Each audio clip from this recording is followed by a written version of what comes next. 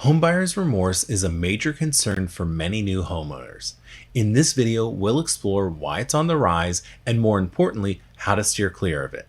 Here are the essential tips for a regret-free home purchase. Define your priorities and needs. You want to figure out exactly what's most important to you when buying a home. Obviously, this can be a tricky question. Try to pick out about 3 qualities in a home that you absolutely need. Then list all of your wants. I would then rank your wants, and then after seeing a home, look at the list.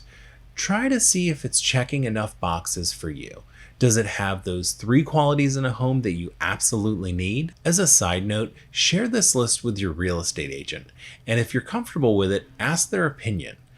Does this house exist? Sometimes you may realize that the type of home you're looking for may not exist in the current area that you're looking in or within the price range that you're looking in. Before we get into the next tip here, let's talk about why buyer's remorse may be on the rise. There are probably a few factors that contribute to it, but what I've seen is because the market has been moving so fast, buyers have felt like they need to make a quick decision. Also, the inventory is low in a lot of places and people just have to settle on a home. I think sometimes we can get so wrapped up in the home buying process that we don't think about the bigger picture. And that's why some people have bought homes that now they regret buying. Set a realistic budget and stick to it. It's really important before you start looking at houses to have a budget that makes sense for you. There are many different guidelines out there, like using 20% of your income on your home's monthly payment, or 28%, or 33%. There's really no perfect number because everyone's financial situation is different. When getting estimates on your monthly payment from your lender, make sure that they're including an accurate estimate for property taxes, homeowners insurance, and any other related fees that are included in your monthly mortgage payment. You want to establish a budget that aligns with what you're financially able to do. Do you have any other big purchases coming up? For instance, what if you're thinking of taking on a car payment after you close on your home?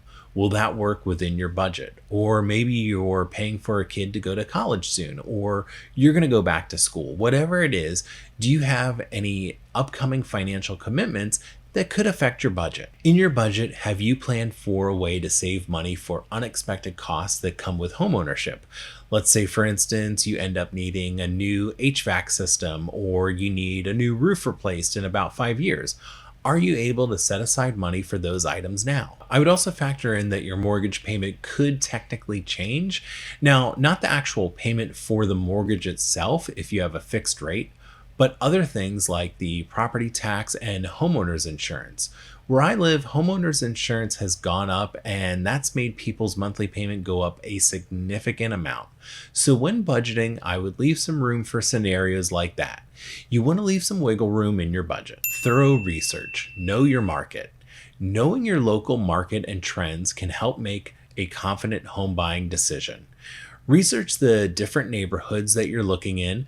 What are the home's values currently? Are they expected to hold their value? Will they increase in value? Is there a new shopping center planned to be built near the home? Will that increase or decrease the value? With the real estate market being so unpredictable nationally, it makes sense to really try to learn as much about the home market where you plan on buying. The home market isn't the most stable currently, and that's putting it lightly. So doing your research and understanding the market and trends in your specific area could help you make the best decision for you. Reading local articles about the housing market can be helpful. Take it with a grain of salt, obviously. You may be able to find market reports on your local Realtor Association website sometimes. Searching on Zillow, Realtor.com, or similar websites can give you a good idea of how much homes are being sold for and how long they're staying on the market. And you might be able to figure out some trends from there. Like, are houses staying on the market longer than usual? Are home prices going up or down? Or have they been stagnant for a while? It just kind of gives you a good idea of what's going on in your market. Choose a trustworthy real estate agent. Someone that can help you with this market research is obviously your real estate agent. Having a real estate agent that knows the market and is able to help you find a home that fits within your home goals is really important to buying a home that makes the most sense for you. When looking for a real estate agent, I recommend having a buyer consultation with them. This is where the real estate agent may give you an idea of what your current market looks like in your area, and what you can expect during the home buying process. During the buyer's consultation, detail exactly what you're looking for in a home, share your timeline to when you want to buy the home, all that kind of stuff. If you know that you have a flexible timeline and it may take a while for you to find the home that you're looking for, you may want to make sure the real estate agent knows that. Maybe the real estate agent is busy and it's going to be tough for them to be able to dedicate a bunch of time to you. So in that case, maybe they're not the best fit for you. You want to make sure that you have someone in your corner that's going to advocate for you and look out for your best interests. Obviously, some real estate agents don't have the best reputation. If you need help finding a real estate agent in your area, I can help you with that. The link is in the description. View properties with a critical eye.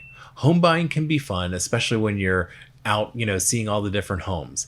It's easy to not think about the big picture when you're viewing properties. It's really important to look at the home thoroughly. Open up cabinets and closets. If you're not sure if you're allowed to, just ask your real estate agent. Look at the ceiling, the walls, windows, and door frames. Are all the doors able to open and close easily? What's the condition of the appliances? Is your real estate agent able to determine how old the HVAC system is, water heater, all that kind of stuff? Again, we're trying to do a thorough look at the home. As a real estate agent, part of my job is to look around the home and point out things that you might want to consider. If the initial showing passes the test, so to speak, and you get under contract, have a home inspection done, I recommend you be at the home inspection so you can really understand the current condition of the home and get an idea of what might happen with the home in the future. I go more into the home inspection process and what to look for in my free home buyer course. The link is in the description. Don't rush, take your time in the decision-making process.